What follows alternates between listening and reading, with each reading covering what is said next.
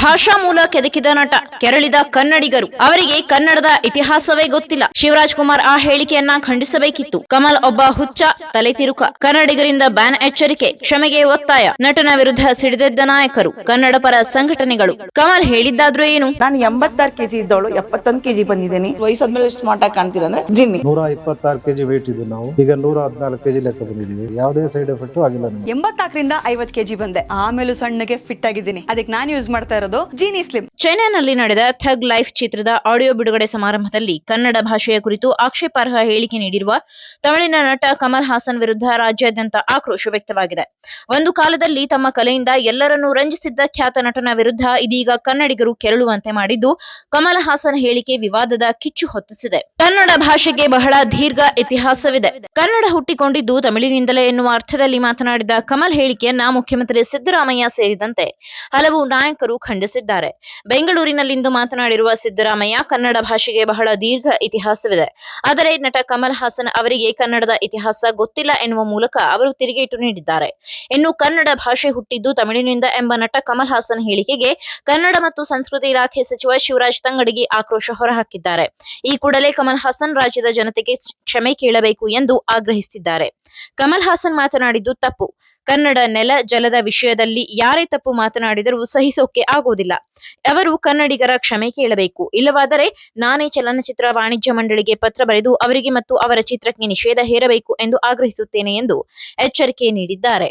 ಶಿವರಾಜ್ ಕುಮಾರ್ ಈಗಲಾದರೂ ಆ ಹೇಳಿಕೆಯನ್ನ ಖಂಡಿಸಲಿ. ಅಲ್ಲದೆ ಕನ್ನಡದ ಬಗ್ಗೆ ಹಗುರವಾಗಿ ಮಾತನಾಡುವುದನ್ನ ಬಿಟ್ಟು ಕ್ಷಮೆ ಕೇಳಬೇಕು. ಹೀಗೆ ಮಾತನಾಡಿಯೇ ಗಾಯಕ ಸೋನು ನಿಗಮ್ ಕ್ಷಮೆ ಕೇಳಿದ್ದಾರೆ. ಅದರಂತೆ ಕಮಲ್ ಹಾಸನ್ ಕ್ಷಮೆ ಕೇಳಬೇಕು.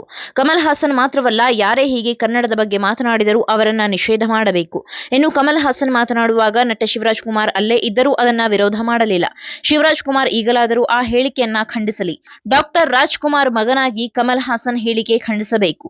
ಹೇಳಿಕೆಯ ಬೆನ್ನಲ್ಲಿಯೇ ಅದನ್ನು ಅವರು ಖಂಡಿಸಬೇಕಿತ್ತು. ಈಗಲಾದರೂ ಶಿವರಾಜ್ ಕುಮಾರ್ ಕಮಲ್ ಹಾಸನ್ ಹೇಳಿಕೆ ಖಂಡಿಸಲಿ ಎಂದು ತಂಗಡಗಿ ಬೇಸರ ಹೊರಹಾಕಿದ್ದಾರೆ. ಕಮಲ್ ಹಾಸನ್ ಅವರ ಹೇಳಿಕೆ ಇದು ದುರದೃಷ್ಟಕರ. ಇದು ಯಾವ ರೀತಿಯ ಚರ್ಚೆ? ಕನ್ನಡ ಭಾಷೆಗೆ ಸಾವಿರಾರು ವರ್ಷಗಳ ಇತಿಹಾಸವಿದೆ. ಕನ್ನಡ ಮತ್ತು ತಮಿಳು ಪ್ರಾಚೀನ ಭಾಷೆಗಳು ಮತ್ತು ನಮ್ಮ ದೇಶದ ಮೂಲವಾಗಿದೆ. ನಾವೆಲ್ಲರೂ ಒಗ್ಗಟ್ಟಿನಿಂದ ಇರಬೇಕಾದ ಸಮಯದಲ್ಲಿ ಈ ಚರ್ಚೆ ಅಗತ್ಯವಿದೆಯೇ? ಕಮಲ್ ಹಾಸನ್ ಇಂತಹ ಹೇಳಿಕೆ ನೀಡುತ್ತಾರೆಂದು ನಾನು ನಿರೀಕ್ಷಿಸಿರಲಿಲ್ಲ. ಇದು ದುರದೃಷ್ಟಕರ ಎಂದು ಕಾಂಗ್ರೆಸ್ ಶಾಸಕ ರಿಜ್ವಾನ್ ಅರ್ಷದ್ ಕಮಲ್ ಹಾಸನ್ ಹೇಳಿಕೆಯನ್ನ ಖಂಡಿಸಿದ್ದಾರೆ. ಕನ್ನಡ ದುರ್ಬಲಗೊಳಿಸುವ ದುರಹಂಕಾರ ತೋರಿದ್ದಾರೆ. ಕಮಲ್ ಹಾಸನ್ ಹೇಳಿಕೆಗೆ ವಿಪಕ್ಷ ಬಿಜೆಪಿಯು ಕೆರಳಿ ಕೆಂಡವಾಗಿದ್ದು, ಕನ್ನಡದ ಇತಿಹಾಸ ಗೊತ್ತಿಲ್ಲದ ಅವರು ಮೊದಲು ಇತಿಹಾಸ ತಿಳಿದುಕೊಳ್ಳಲಿ ಎಂದು ವಾಗ್ದಾಳಿ ನಡೆಸಿದೆ. ಒಬ್ಬರ ಮಾತೃಭಾಷೆಯ ಮೇಲಿನ ಪ್ರೀತಿ ಸಹಜವಾದರೂ ಇತರರಿಗಿಂತ ಶ್ರೇಷ್ಠತೆಯನ್ನ ತೋರಿಸಲು ಅದರ ಬಳಕೆ ಸಾಂಸ್ಕೃತಿಕ ಸೂಕ್ಷ್ಮತೆಯ ಕೊರತೆಯನ್ನ ಪ್ರತಿಬಿಂಬಿಸುತ್ತದೆ. ಕಮಲ್ ಹಾಸನ್ ಕನ್ನಡ ಸೇರಿದಂತೆ ಹಲವು ಭಾಷೆಗಳಲ್ಲಿ ನಟಿಸಿದ್ದರೂ ನಟ ಶಿವರಾಜ್ ಕುಮಾರ್ ಅವರ ಸಮ್ಮುಖದಲ್ಲಿ ಕನ್ನಡವನ್ನ ದುರ್ಬಲಗೊಳಿಸುವ ಮೂಲಕ ದುರಹಂಕಾರವನ್ನ ತೋರಿಸಿದ್ದಾರೆ ಎಂದು ಬಿಜೆಪಿ ರಾಜ್ಯಾಧ್ಯಕ್ಷ ಬಿವೈ ವಿಜಯೇಂದ್ರ ಆಕ್ರೋಶ ವ್ಯಕ್ತಪಡಿಸಿದ್ದಾರೆ. ಕನ್ನಡ ಭಾಷೆಗೆ ಶ್ರೀಮಂತ ಇತಿಹಾಸವಿದೆ ಮತ್ತು ಶತಮಾನಗಳಿಂದ ಜಾಗತಿಕ ಮನ್ನಣೆಯನ್ನ ಪಡೆದಿರುವ ಭಾಷೆಯಾಗಿದೆ. ಇಂತಹ ಹೇಳಿಕೆಗಳನ್ನ ನೀಡುವ ಮೊದಲು ಕಮಲ್ ಹಾಸನ್ ತಮ್ಮ ವೃತ್ತಿ ಜೀವನಕ್ಕೆ ಕನ್ನಡ ಚಿತ್ರರಂಗದ ಕೊಡುಗೆಗಳನ್ನ ನೆನಪಿಸಿಕೊಳ್ಳಬೇಕಿತ್ತು. ಅವರ ಮಾತುಗಳು ಕೃತಜ್ಞತೆ ಮತ್ತು ದುರಹಂಕಾರವನ್ನ ತೋರಿಸುತ್ತದೆ. ಈ ಕೂಡಲೇ ಅವರು ಕನ್ನಡಿಗರಲ್ಲಿ ಕ್ಷಮೆ ಕೇಳಬೇಕೆಂದು ಆಗ್ರಹಿಸಿದ್ದಾರೆ. ಕಮಲ್ ಭಾಷೆಗಳ ಮೂಲದ ಬಗ್ಗೆ ಮಾತನಾಡಲು ಯಾವುದೇ ಇತಿಹಾಸಕಾರರಲ್ಲ. ಅವರು ಹಿಂದೂ ಭಾವನೆಗಳನ್ನ ನಿರಂತರವಾಗಿ ನೋಯಿಸುತ್ತಿದ್ದಾರೆ ಮತ್ತು ಈಗ ಭಾಷಾ ಹೆಮ್ಮೆಯನ್ನ ಟಾರ್ಗೆಟ್ ಮಾಡಿಕೊಂಡಿದ್ದಾರೆ. ಕಮಲ್ ಹಾಸನ್ ಭಾಷೆಗಳ ಮೂಲದ ಬಗ್ಗೆ ಮಾತನಾಡಲು ಯಾವುದೇ ಇತಿಹಾಸಕಾರರಲ್ಲ. ಕನ್ನಡವು 2500 ವರ್ಷಗಳ ಇತಿಹಾಸವನ್ನ ಹೊಂದಿದೆ ಮತ್ತು ಸಾಂಸ್ಕೃತಿಕ ಶ್ರೀಮಂತಿಕೆ ಮತ್ತು ಸಾಮರಸ್ಯ ಎರಡನ್ನೂ ಪ್ರತಿನಿಧಿಸುತ್ತದೆ. ಕನ್ನಡಿಗರು ತಮ್ಮ ನೆಲ ಜಲ ಭಾಷೆ ಹಾಗೂ ಮೌಲ್ಯಗಳ ವಿಷಯಕ್ಕೆ ಬಂದಾಗ ಯಾವಾಗಲೂ ಸ್ವಾಭಿಮಾನವನ್ನ ಎತ್ತಿ ಹಿಡಿದಿದ್ದಾರೆ ಎಂದು ವಿಜಯೇಂದ್ರ ಕಮಲ್ ವಿರುದ್ಧ ತೀಕ್ಷ್ಣವಾಗಿಯೇ ಮಾತಿನ ಚಾಟಿ ಬೀಸಿದ್ದಾರೆ. ಅಲ್ಲದೆ ಕಮಲ್ ಹಾಸನ್ ಹುಚ್ಚ, ತಲೆತಿರುಕ. ಕನ್ನಡ ಸಿನಿಮಾಗಳಲ್ಲಿ ಪ್ರೊಡ್ಯೂಸರ್ಗಳು ಬಹಳಷ್ಟು ಅವಕಾಶ ಮಾಡಿಕೊಟ್ಟಿದ್ದಾರೆ. ಅದರ ಋಣ ತೀರಿಸುವ ಕೆಲಸ ಅವರು ಮಾಡಬೇಕಿತ್ತು. ಆದರೆ ಈ ರೀತಿಯಾಗಿ ಹುಚ್ಚರಂತೆ ಮಾತನಾಡಿದ್ದಾರೆ. ಹೀಗಾಗಿ ಇಡೀ ರಾಜ್ಯದಲ್ಲಿ ಎಲ್ಲ ಕನ್ನಡಿಗರು ಕಮಲ್ ಹಾಸನ್ಗೆ ಬಹಿಷ್ಕಾರ ಹಾಕಬೇಕೆಂದು ವಿಪಕ್ಷ ನಾಯಕ ಆರ್ ಅಶೋಕ್ ಕಿಡಿಕಾರಿದ್ದಾರೆ. ಕಮಲ್ ಹಾಸನ್ ಮೆಚ್ಚಿದ ಮಾತ್ರಕ್ಕೆ ಕನ್ನಡ ತಮಿಳಿನಿಂದ ಹುಟ್ಟಿದೆ ಎನ್ನುವುದನ್ನ ಒಪ್ಪಲ್ಲ.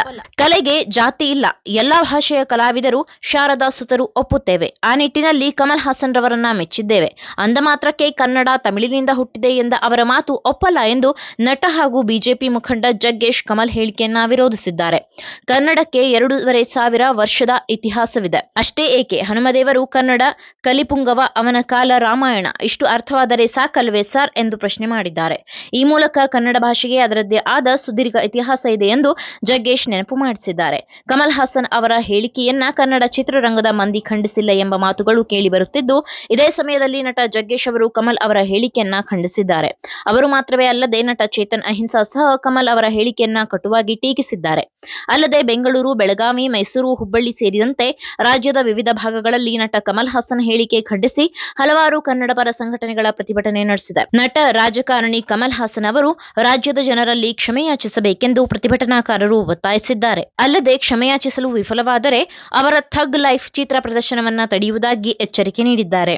ಇನ್ನು ಭಾಷಾ ಮೂಲವನ್ನ ಕೆದಕಿರುವ ಕಮಲ್ ಹಾಸನ್ ಕನ್ನಡಿಗರ ಕ್ಷಮೆ ಕೇಳದಿದ್ದರೆ ಅವರ ಚಿತ್ರಕ್ಕೆ ಸಂಕಷ್ಟ ಕಟ್ಟಿಟ್ಟ ಬುತ್ತಿ ಎನ್ನುವುದು ಸುಳ್ಳಲ್ಲ. ಈ ಮಾಹಿತಿ ನಿಮಗೆ ಇಷ್ಟವಾಗಿದ್ದಲ್ಲಿ ಈ ಬಗ್ಗೆ ಕಮೆಂಟ್ ಮಾಡಿ, ವಿಡಿಯೋನ ಲೈಕ್ ಮಾಡಿ, ಶೇರ್ ಮಾಡಿ, ನಮ್ಮ ಚಾನೆಲ್ನ ಸಬ್ಸ್ಕ್ರೈಬ್ ಮಾಡದಿದ್ದಲ್ಲಿ ಬೇಗ ಸಬ್ಸ್ಕ್ರೈಬ್ ಮಾಡಿ. ಧನ್ಯವಾದ. ನಾನು 86 kg ಇದ್ದವಳು 71 kg ಬಂದಿದ್ದೀನಿ. ವಯಸ್ಸಾದ್ಮೇಲೆ ಸ್ಮಾರ್ಟ್ ಆಗಿ ಕಾಣ್ತೀರಾ ಅಂದ್ರೆ ಜಿನ್ನಿ. 126 kg ವೇಟ್ ಇದ್ದು ನಾವು ಈಗ 114 kg ಲೆಕ್ಕ ಬಂದಿದ್ದೀವಿ. ಯಾವುದೇ ಸೈಡ್ ಎಫೆಕ್ಟ್ ಆಗಿಲ್ಲ ನಮಗೆ. 84ರಿಂದ 50 kg ಬಂದೆ, ಆಮೇಲೂ ಸಣ್ಣಗೆ ಫಿಟ್ ಆಗಿದ್ದೀನಿ. ಅದಕ್ಕೆ ನಾನು ಯೂಸ್ ಮಾಡ್ತಾ ಇರೋದು ಜೀನಿ ಸ್ಲಿಮ್. ಬೆಂಗಳೂರಿನ ಬೆಸ್ಟ್ ನೀಟ್ ಕೋಚಿಂಗ್ ಅಕಾಡೆಮಿ ಅಂದ್ರೆ excellence NEET academy. NEET crash course and NEET long term coaching admission ಪ್ರಾರಂಭ. ಈ ಕೂಡಲೇ ಸಂಪರ್ಕಿಸಿ